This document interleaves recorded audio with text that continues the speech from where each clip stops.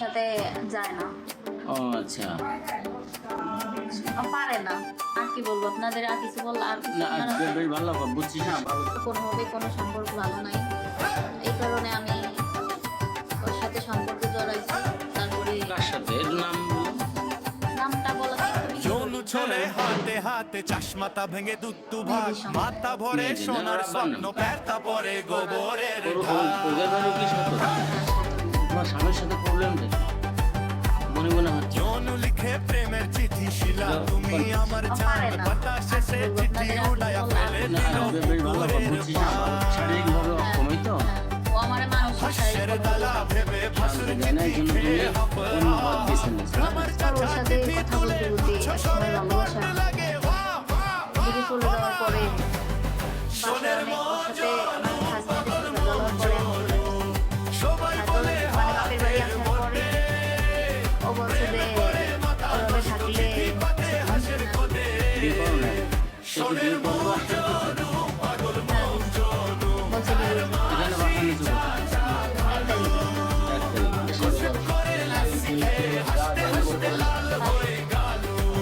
এখানে যে আপনি 1 তারিখ থেকে বাসা নিলেন আপনার ওই স্বামীকে কি ডিভোর্স দিচ্ছেন?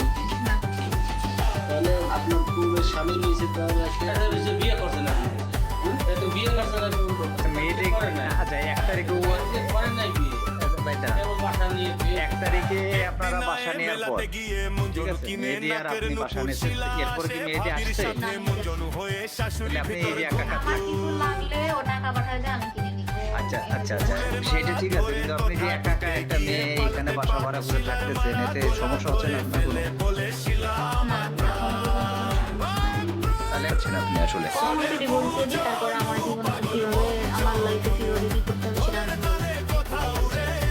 মানে এক কথায় আপনি আগের স্বামীর কাছ থেকে ডিভোর্স চাচ্ছেন, সে ডিভোর্স দিলে তারপরে আপনি আপনার সিদ্ধান্ত আপনি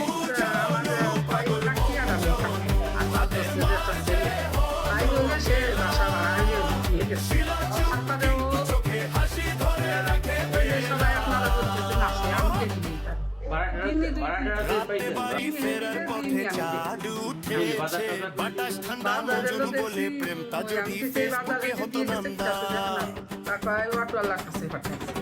ছোট্ট ছেলে মাথানোরে পুরো আগে ছোট হাত এই গ্রাম ভরে প্রেমের গল্প তোদের সাথে